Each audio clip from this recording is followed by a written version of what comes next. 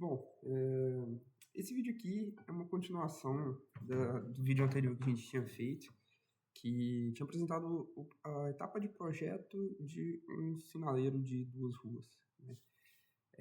Mas eu resolvi dar uma aprofundada um pouco maior dessa vez e estar apresentando como que seria o processo se não fosse apenas o código, né? Se além do código Verilog e de toda a tabela de projeto a gente desenvolvesse o chip em casa, né? É claro que para isso a gente vai entrar dentro de alguns conceitos um pouco mais avançados, e aqui se espera que já haja um certo domínio de alguns tópicos que vamos falar, mas eu imagino que, pelo que eu li, a aula não está tão densa, mas não está tão simples, acho que o público inicial vai conseguir entender bem. Mas bem, vamos lá. Vamos criar um chip, né, um circuito integrado em casa. Bom, nesse exemplo, a gente vai estar fazendo com um circuito de um driver decodificador de display de 7 segmentos. Lá na frente eu vou falar o que é um display de 7 segmentos, o que é um driver, mas vamos por etapa para que a gente consiga estar acompanhando o raciocínio. Bom, isso é realmente possível? Sim. Primeiro a gente precisa entender o que é um chip, né? O chip é um conjunto de diversos dispositivos semicondutores, podem ser transistores do tipo MOS, diodos, enfim, uma lógica composta por dispositivos semicondutores. Bom, mas como que isso é possível de ser feito em casa? Para isso a gente precisa entender como que é o processo de construção de um chip, de um circuito integrado qualquer, né? E basicamente ele é distinto em 4 processos essenciais, né? Claro que existem subdivisões ali, né? Dentro do tópico 3 tem outros itens que são feitos, dentro do tópico 4 são outros itens, mas esses aqui são os que estão lá, não tem como fugir. E eles sempre vão fazer parte de qualquer processo que você faça. O primeiro item seria a definição dos objetivos desejados, né? Quero desenvolver uma máquina de estados não sei, de um controle de um motor. É nessa etapa aqui que é feito, né? Quero fazer o diagrama lógico aqui do sinaleiro, que foi o que a gente fez anteriormente. É nessa etapa aqui, certo? 2. A etapa de projeto seria ali o código, as tabelas, os mapas de Carnot, tudo que você vai fazer para desenvolver aquilo que você está desenvolvendo, né? A parte 3 seria os testes e a validação. Pode ser a etapa ali de verificação, né, que você faz um código ali para estar validando o que foi projetado, ou então simulações em um simulador, que pode ser tipo um Proteus, um Logicsim, um Ada Playground, alguma coisa assim, né? A fabricação e a montagem pode ser tanto a montagem física, quanto uma síntese no FPGA, ou então uma montagem protoboard. A gente vai estar abrindo esse leque aqui agora. Respondendo com mais aprofundamento, baseado nesses 4 itens, né? Porque fica aberto o questionamento: é possível fazer isso em casa? A primeira etapa, né, que é a definição dos objetivos, a gente consegue fazer de casa? Sim, é possível, né, sem problema algum. A etapa de projeto, é possível de ser feito de casa? Também sim, sem problema algum. Os testes e a validação também é possível ser feito aqui de casa? Sim, também, sem problema algum. Agora a etapa 4, que provavelmente é o que abre o questionamento, né? Que foi justamente o que eu comentei no post anterior lá do LinkedIn, de por que o Brasil não é uma indústria forte de semicondutores, né? Se o Brasil inteiro não é uma indústria forte, por que seria possível fazer isso em casa se nem no país é feito? Bom, na verdade é possível, porém tudo depende do nível de abstração e do quanto de recursos você tem disponível para gastar. Porque é possível fazer chips em casa? Sim, é possível. Inclusive, eu acho que eu deixei aqui um vídeo de um rapaz americano que fez um circuito integrado em casa, fabricou mesmo no silício. Porém, isso é muito custoso. E para a maioria das pessoas, eu acho que isso aqui não é viável no Brasil, sabe? Então a gente vai abrir o leque e ver as outras possibilidades que a gente tem, né? O primeiro modo, que acredito que todos que fazem uma graduação de engenharia elétrica ou de engenharia de computação ou eletrônica, enfim, áreas correlatas, ciência da computação, enfim, acabam vendo na matéria de circuitos digitais e sistemas digitais, são a montagem de portas lógicas. É claro que as portas lógicas, elas são úteis, elas acabam ocupando um espaço muito grande, ficam meio bagunçados se você monta numa protoboard. Se você monta numa PCB, não fica tão bagunçado, mas ocupa muito espaço. Então acaba que não é tão viável para projetos complexos. Mas para coisas mais básicas, você pode estar utilizando sem problema. Então, sim, daria para fazer um circuito, um chip, utilizando diversas portinhas associadas. Assim como esse rapaz aqui do vídeo, deixei o link aqui. Todas as imagens eu coloquei as fontes abaixo para que, caso alguém queira estar acessando isso posteriormente, está lendo, fique acessível. Aqui no exemplo ele fez um relógio com circuitos associados, né? Várias portas lógicas, vários flip-flops. Inclusive futuramente eu vou trazer um tutorial de como fazer um relógio com portas lógicas. Esse aqui é o do display. Resolvi justamente fazer o do display primeiro porque o do display é utilizado para fazer o do relógio, então um complementa o outro. Então, se eu fizesse primeiro o relógio, sem ter o drive de display, não ia ter como fazer funcionar, né? Mas, bem, é possível fazer dessa forma. Não fica bonito, fica muito grande, mas dá para fazer isso com associação de portas lógicas, que a gente também vai ver como fazer isso. O modo 2 seria utilizando de uma topologia embarcada, utilizando-se de um FPGA. O FPGA, ele, de forma muito tosca, seria como um chip virgem que tem milhares de portas lógicas dentro dele, aos quais você consegue configurá-las para que atuem conforme a sua descrição do hardware. A gente também vai mostrar como fazer isso. E o modo 3 de fabricação do chip, claro, seria utilizando um ASIC, né? Então, projetar realmente o circuito que você vai mandar para a fábrica para poder estar fazendo ele no silício. A gente vai dar uma palhinha de como que isso é feito, tá? Não vamos fabricar em casa, né? Como falei, é realmente muito custoso. Mas eu vou estar fazendo um circuito básico aqui para vocês verem como que é o procedimento, né? Não vai ficar assim um i9 da vida, mas acho que vai estar dando para entender como que funciona esse processo. Bom, aqui tem toda a abordagem que eu expliquei, né, mais detalhadamente, né? É possível fazer com portas lógicas, né? Aqui tem as vantagens e desvantagens, não vou ficar lendo o slide. Botei essas informações aqui para que vocês possam estar lendo depois com calma, caso queiram. Aqui está o vídeo do rapaz que eu comentei, que fez um circuito integrado em casa. É um vídeo muito bom, recomendo que assistam. Bom, em resumo, primeiro modo, ele é melhor para um aprendizado, para um estudo, né? Eu acho que para aplicações complexas ele não acaba sendo muito viável. O FPGA ele consegue quebrar algumas barreiras que a primeira topologia tinha. Então ele consome um espaço muito menor, ele te dá a liberdade de fazer projetos mais complexos, já que o FPGA ele suporta muito mais portas do que você poderia estar fazendo na mesma área em bancada.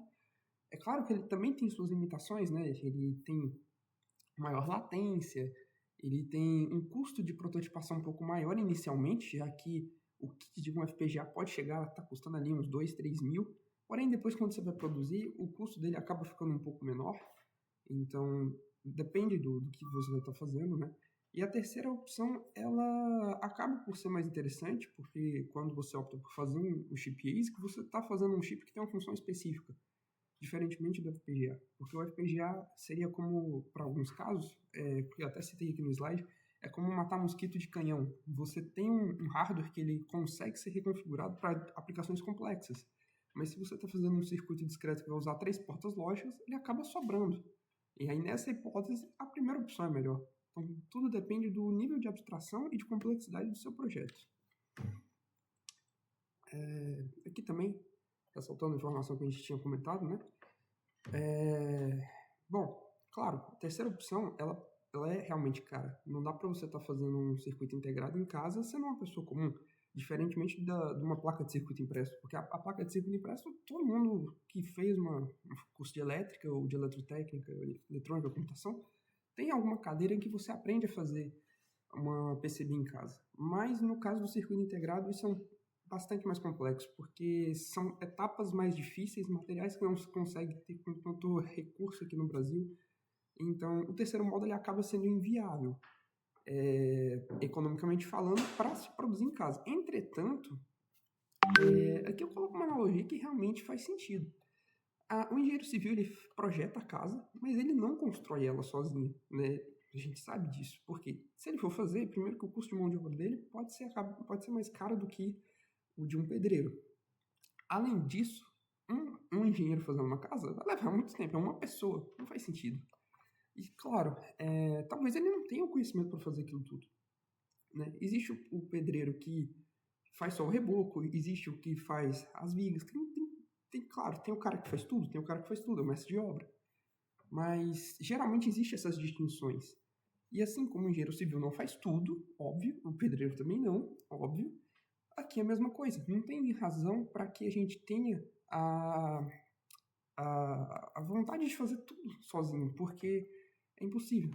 E assim como o engenheiro civil não faz tudo sozinho, ele depende do funcionamento de uma equipe, de uma empreiteira.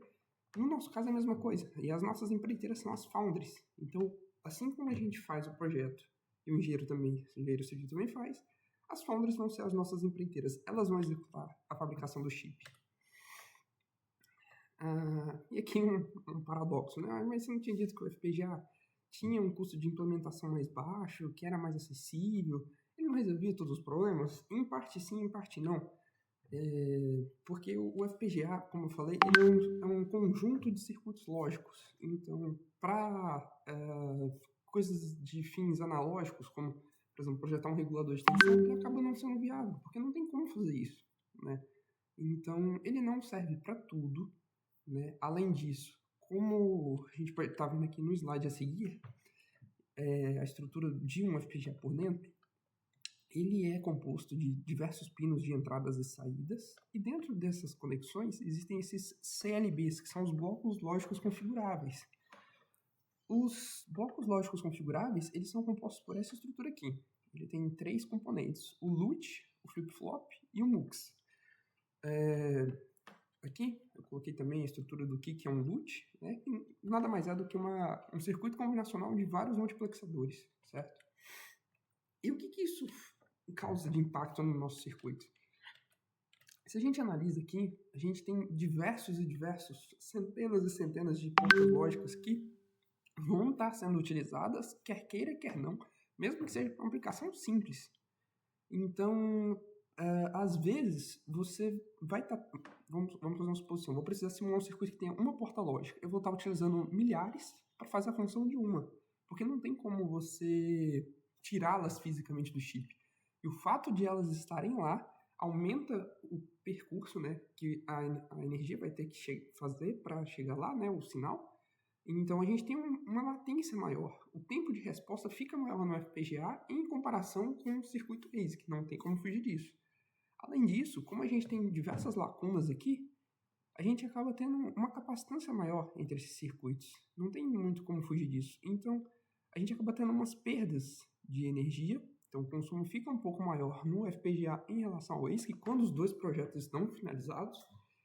E tem essas limitações em relação à parte analógica que a gente comentou. Tudo isso também está descrito aqui. Não vou ficar lendo, porque acho que ficaria repetitivo, né? Bom, então, em resumo, cada etapa de projeto, cada metodologia dessas 3 que eu comentei, com portas, ou com FPGA, ou com chip ASIC, elas serão mais viáveis para um projeto de um chip a depender do que você está fazendo. Você vai ter que ter essa capacidade de analisar qual deles é melhor. Por exemplo, vou fazer um circuito que vai usar só 2 portas AND. Tem sentido eu fazer um ASIC para 2 portas AND? Não, de forma alguma. Tem sentido eu usar um FPGA para isso? Também não vejo sentido. Até poderia, mas não tem sentido, porque você pode comprar um circuito integrado que tem essa função das 2 portas AND. Mas tudo depende desse nível de complexidade. Se você tiver que usar, por exemplo, 20 portas lógicas, aí o método 1 já não é tão viável. Aí nessa hipótese, você vai ter que decidir entre um FPGA e um ASIC. Se for um circuito que é fixo, você sempre vai ter que ter aquelas 20 portas por toda a eternidade, não vai ter mudanças. Aí já começa a ser viável, talvez, fazer um ASIC. Vai depender dos custos e da quantidade que você vai precisar. Claro que se esse circuito for ter algumas correções, algum aprimoramento, mudanças de projeto, aí sim o ASIC é inviável. Nesse caso, o FPGA vai ser mais interessante porque você vai ter que ficar reconfigurando isso e o FPGA dá essa liberdade que o ASIC não dá. Certo? Bom, Então, sabendo disso tudo, a gente vai estar partindo para o objetivo do vídeo, que vai ser demonstrar como vai ser esse processo em um circuito de um driver de display de 7 segmentos. Bom, aqui são as etapas de projeto, né? Primeiramente, a gente vai abordar uma breve revisão do que é um display de 7 segmentos, como que ele funciona, como que se usa, como que é o funcionamento de um driver também, né? E vamos dar um exemplo aqui num circuito integrado comercial que já faça essa função, certo? E vamos estar projetando ele com portas lógicas, que seria um paralelo à topologia 1, né? Vamos estar fazendo um Verilog, que seria um paralelo às metodologias 2 e 3.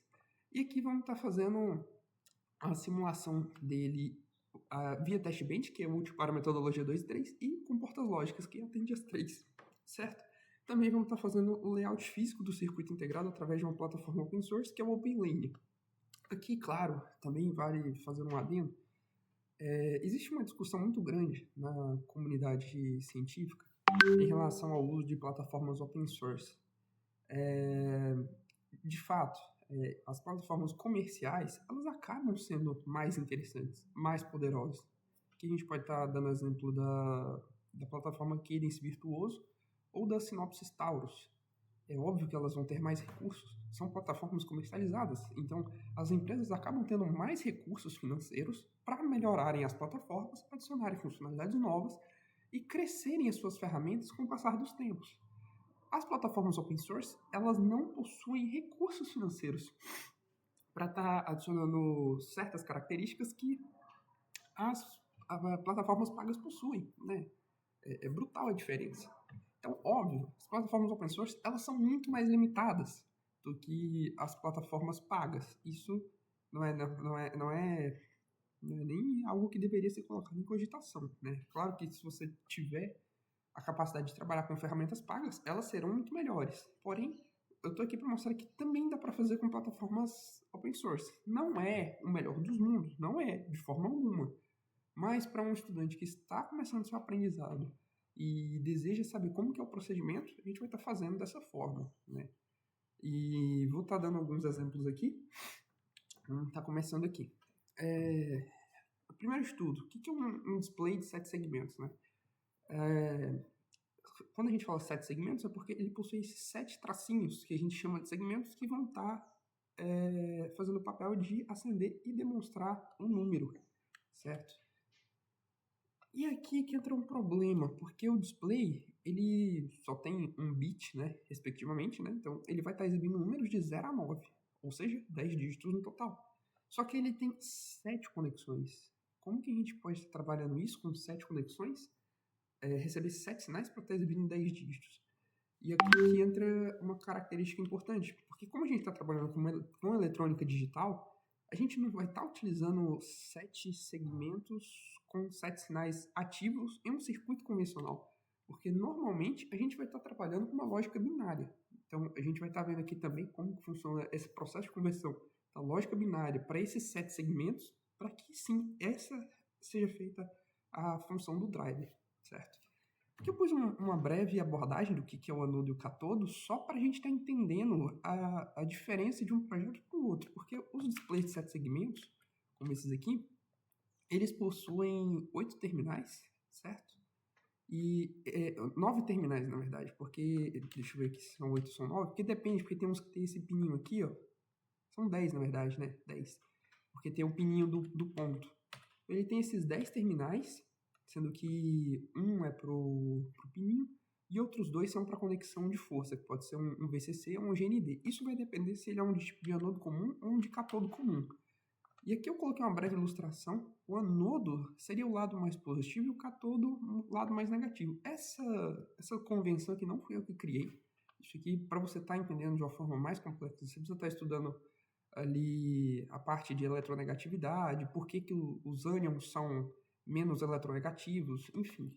É uma aula de física, uma aula de física e química que não cabe aqui, que é eletrônica digital, certo? Mas fazendo esse breve resumo, o catodo vai ser o lado mais negativo, então o catodo ele vai ser o GND, basicamente. Quanto que o anodo é o lado mais positivo, certo? Então esse lado aqui seria conectado ao positivo. Desse modo, fica claro pra gente que quando a gente for comprar um display, O display de catodo comum, quando a gente fala catodo, a gente está falando do lado negativo. Então significa que o negativo de todos os pinos é interligado.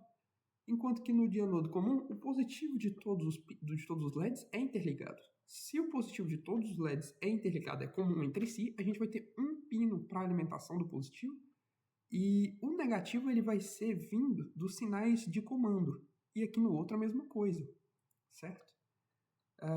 Aqui na imagem acho que dá para ver bem, ó, tá vendo? O lado do catodo é o lado do tracinho de todos se conecta entre si e é conectado aqui no GND. Então, quando a gente mandar os sinais de positivo aqui, a gente vai estar acendendo esse LED. E no dianodo comum, o contrário, certo? Bom, vamos lá. Lembrando que aqui, nesse projeto que a gente está fazendo, a gente está considerando que os sinais positivos, eles acendem o LED. Se os sinais positivos acendem um LED, então a gente está trabalhando com a topologia de catodo comum, certo? Porque aqui fica no GND, a gente manda os sinais para eles e acende o display. Se você for estar trabalhando com um que é o contrário, você barra todas as saídas e está resolvido o problema, certo? Ok, então vamos lá. Se a gente está trabalhando com lógica binária, então a gente vai fazer um sistema de contagem de 0 a 9 em binário. Então, quando a gente receber o número 0 em binário, vai ter que acender o 0 dos displays, né? Quando for 1 e assim em diante. E aqui está a contagem respectiva em binário, né? Acredito que se você está nesse vídeo, você já sabe como funciona o sistema de contagem em binário. Então, seria essa a representação. Quando chegar o número 3 em binário, vai acender o número 3. Quando chegar o número 4, vai acender o número 4. É isso que a gente precisa fazer. Que esses 4 dígitos de entrada sejam convertidos em um sinal que consiga se comunicar com o display de 7 segmentos. Então, essa é a estrutura básica de projeto que a gente tinha pensado, né? O drive decodificador, o display de 7 segmentos, e os 4 sinais de entrada. E aqui, novamente, por que 4 bits? Porque para a gente estar representando o maior número dessa grandeza aqui, que seria o 9, são necessários 4 bits, porque ele é formado pelos dígitos 1, 0, 0, 1. Então, com 3 dígitos não tem como a gente representar e 5 não tem necessidade. Então, são 4 dígitos, então 4 bits. Então, o nosso sinal vai ter 4 bits de entrada. E por que a gente costuma falar que é um sinal BCD? Da onde que surgiu essas palavras? Porque às vezes a gente usa esses termos, né? É um driver BCD, mas muitas vezes fica meio em branco, né? O que é um BCD? Em inglês significa Binary Coded Decimal. E em português é decimal codificado em binário. Mais fácil de chamar de BCD. Então é basicamente um número decimal que a gente pega e codifica em binário, conforme a gente viu aqui, certo? Então vamos lá. Nossa, então você está me dizendo que você é um gênio, que você vai criar uma solução nova? Não, esse circuito aqui ele já existe. A gente só está mostrando como que seria para você fazer um desse em casa. E então não é algo revolucionário que a gente está aprendendo. A gente está passando passo a passo de uma coisa simples. Esse aqui é um circuito simples, por isso que eu peguei ele de exemplo, né? O modelo de um CI comercial com essa função é esse aqui, o 4511. Né? Inclusive aqui está o link dele de compra da AutoCore. Se você quiser comprar ele pronto, ele já existe. Né? Aqui coloquei exatamente as pinagens, né? Você vê que ele tem essas 4 entradas, A0, A1, A2, A3, que aqui no nosso circuito a gente está chamando de A, B, C e D, e aqui ele tem as 7 saídas, de A a F. Claro que ele tem outros pinos aqui que tem umas funções auxiliares, né? O VCC e o GND são obrigatórios, né? Você precisa desses pinos de VCC e GND, e os outros aqui são umas funções auxiliares que a gente não vai estar fazendo no nosso, certo? Vamos limitar apenas a conversão dos bits. Então essa aqui é a topologia adotada para o uso do display, certo? A gente tem os nossos 4 dígitos de entrada. Essa imagem aqui não foi eu que criei, eu tirei ela desse site aqui.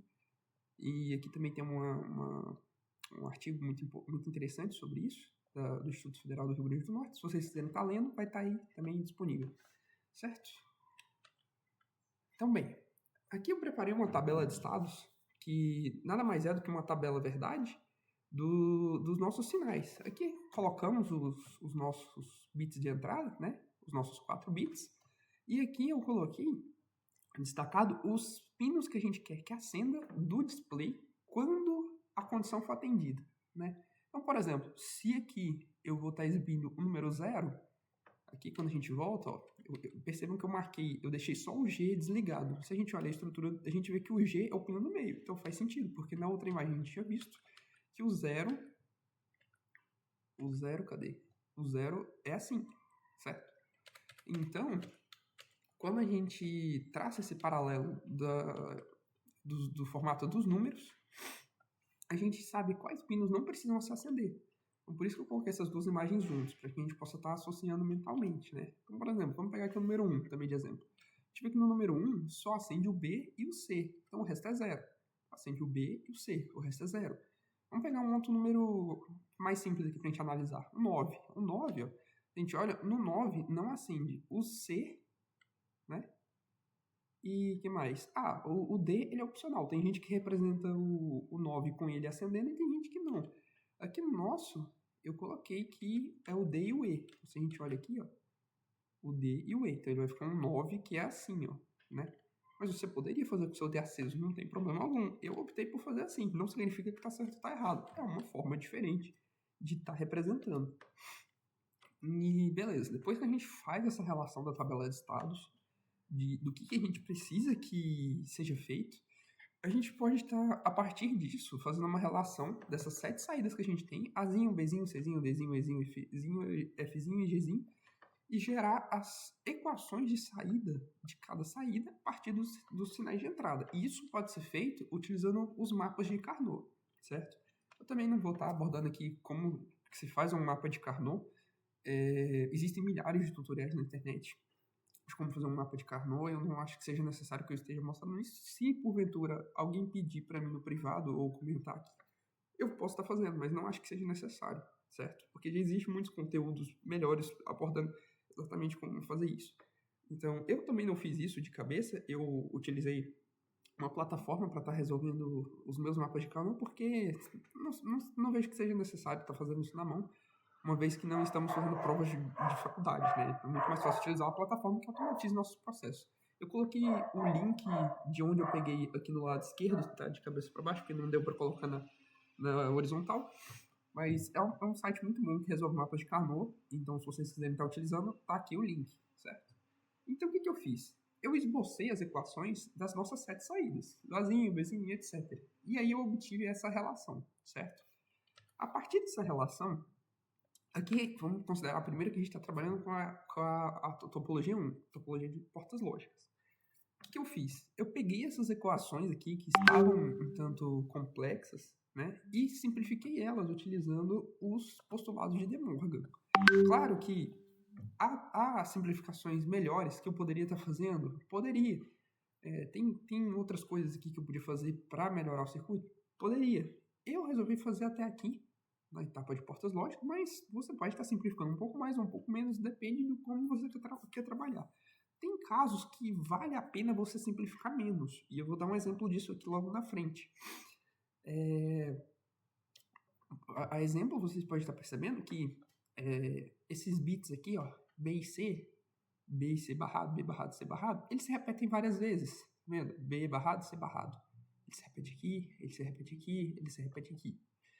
É claro que se eu faço uma estrutura dessa, eu estou dizendo que eu vou ter um sinal de B que passa no inversor, um sinal de C que entra e passa no inversor, e os dois se unem dentro de uma porta IND. Então, nessa estrutura, eu estou utilizando quatro portas lógicas, né? 3, na verdade, perdão. 3 portas lógicas. 2 sinais barrados e uma porta IND. É claro que, segundo os postulados de De Morgan, eu poderia estar trocando o B barrado em C barrado por uma porta NOR. Entretanto, fica a critério do projetista. Você vê que tem casos em que eu fiz isso, tem casos que não. Ó, aqui eu fiz isso, tá vendo?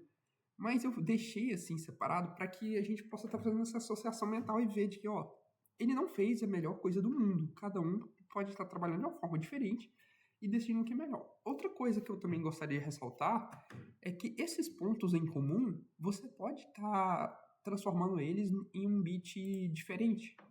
Por exemplo, eu poderia simplesmente trocar esse termo aqui e falar que isso aqui é um termo, sei lá, Y. E aí aqui CY, isso aqui CY, E ao invés de eu descrever essa mesma equação várias vezes, eu posso fazer ela uma única vez e utilizar em cada saída. Que foi, eu fiz isso com esse B e C barrado que eu vou mostrar lá na frente. Se eu for fazer com portas lógicas comerciais, eu vou estar utilizando essa quantidade aqui, né? Baseado naquelas equações parcialmente simplificadas que a gente fez, seriam necessárias 4 portas NOT, 19 portas AND, 5 portas AND de 3 entradas, 7 portas OR de 2 entradas, 2 portas OR de 3 entradas, uma porta OR de 4 entradas. Aqui eu pus uma porta XNOR, e justamente isso aqui é um ponto interessante, porque se eu coloquei essa porta XNOR aqui e pus a porta SHORT aqui, ó. Cadê? Aqui eu não coloquei, né? Mas aqui eu poderia ter trocado por uma porta SHORT aqui, né? No A e B. Só que essa simplificação é uma simplificação que ela dificulta a nossa vida. Eu pus a da XNOR aqui justamente para dar um exemplo, porque se eu não tivesse feito essa simplificação, eu poderia estar encaixando isso dentro de outros circuitos. E você vê que tem circuitos que estão sobrando. Por exemplo, é o caso da porta AND aqui, ó. Eu estou utilizando 5 portas de 3 entradas. E esse circuito integrado ele tem 3. Então, está sobrando uma porta AND aqui. Aqui está sobrando uma porta AND. Aqui está sobrando uma porta OR. Você vê que está sobrando portas, mas por eu ter feito essa simplificação, eu precisei inserir um circuito integrado a mais que outrora eu não precisaria. Então, foi uma simplificação que complicou o meu processo. Então, você vê que eu fiz de uma forma um pouco mais burra do que um projetista faria para uma aplicação comercial, justamente para dar esse leque de abertura para você ver que as simplificações nem sempre simplificam o projeto. É irônico de se falar isso, mas você precisa estar analisando justamente caso a caso e ver qual simplificação é viável e útil no seu projeto, porque nem sempre a simplificação é útil. Um exemplo disso é o caso da porta XNOR e a da porta SHORT que eu coloquei. E então você precisa estar fazendo essa análise com calma para ver se realmente é viável. Se você for estar trabalhando num FPGA, pouco importa. Você vai ter porta sobrando, usa quantas quiser, né? Aí já é de seu critério. No ASIC, você vai estar tentando trabalhar para reduzir o máximo de área possível, para que você tenha, claro, mais chips no mesmo wafer. Então, na topologia com portas, na topologia ASIC, isso aqui é muito importante, essa análise aqui de estar utilizando partes em comum para fazer a mesma função. Isso aqui ajuda bastante, certo? Aqui eu coloquei o circuito obtido a partir daquelas relações, mas, além disso, eu fiz ele aqui no Logisim. Então, a gente consegue estar simulando isso aqui na prática, né? Eu fiz essas ligações aqui. Eu resolvi utilizar o Logisim dessa vez, da outra vez eu tinha utilizado o Proteus, porque o Logisim ele é gratuito. Então, fica mais fácil para todo mundo estar tendo acesso a ele de forma mais simples. Então, aqui eu fiz as montagens físicas conforme a nossa simulação. E aqui a gente pode estar simulando, né? Seria a primeira etapa de teste. Se eu deixo todos os bits desligados, eu obtenho o número 0. Então faz sentido o que a gente está fazendo. Se eu ligo o bit menos significativo, eu obtenho o dígito 1. Perfeito. Então está batendo com a nossa lógica até agora. Se eu quero representar o número 2, eu tenho que aplicar o sinal 1 em C e no restante é 0. O número 3 ele é composto por 2 dígitos 1, aqui nos dois menos significativos. Então, está batendo aqui até agora. E se eu quiser o número 4, eu tenho que inserir apenas o dígito 1 no pino de entrada B, certo? Ok, até aqui está batendo. Se eu quiser o dígito 5, eu tenho que manter esse aqui e adicionar 1 aqui. O 5 está batendo. No 6 eu tenho que deslocar esse dígito para cá. Então até aqui está batendo. No 7 aqui são tudo fechado. E se eu quiser o sinal de número 8, eu desligo todos aqui e acendo apenas o A. O 8 está batendo também. E o 9 é esse aqui ativo e o D ativo. Então, ok. A nossa lógica está batendo. De 0 a 9 ele está funcionando. Como eu falei, esse tracinho aqui do 9, ele é opcional. Você pode estar fazendo ele ou não. Fica a seu critério. Não cabe a mim dizer se eu vou ter esse tracinho ou não. Mas eu achei melhor fazer assim. Mas também o trabalho não ia mudar quase nada. Ia ser igual. Né? Aqui a lógica de portas ANDs e portas OR que a gente fez, né? Nosso circuito combinacional. E aqui eu também coloquei um sinalzinho de LED para poder estar fazendo essa verificação durante o processo de projeto, o que me ajudou a garantir que as conexões estivessem corretas, certo? Percebo novamente outra coisa. Aqui eu utilizei no simulador portas de 3 entradas, portas de 4 entradas. E como eu falei, às vezes esse processo de simplificação, ele não simplifica, ele complica, depende do que você vai estar fazendo. Então, se você for fazer uma aplicação comercial ou uma aplicação que você tem uma quantidade limitada de recursos, é importante estar fazendo essa análise. E percebam que aqui, no meu caso, eu fiz isso aqui justamente para mostrar para vocês, ó, B e C, que ele se repete várias vezes no projeto, eu fiz ele assim, eu só fiz uma vez, e aí eu fui replicando esse sinal para todas as outras entradas. E, novamente, eu poderia ter trocado esse B barrado em de C barrado por uma porta NOR, né? E seria válido, segundo os postulados de De Morgan, mas eu preferi fazer dessa forma apenas para ficar ilustrativo, de que, ok, tem como fazer isso, mas a gente não fez. Então, cabe a cada projetista estar vendo o que é melhor para cada tipo de projeto, certo? Deixa eu voltar aqui para a apresentação. Então, com isso a gente conseguiu concluir a etapa com portas lógicas. Se o seu objetivo assistindo esse vídeo era entender como fazer com portas lógicas um driver de 7 segmentos, acredito que você já conseguiu tá fazendo e tá entendendo. Agora a gente vai partir para uma parte 2 do vídeo, que seria como tá fazendo via código. Então eu vou estar encerrando esse vídeo aqui para estar gravando a segunda etapa.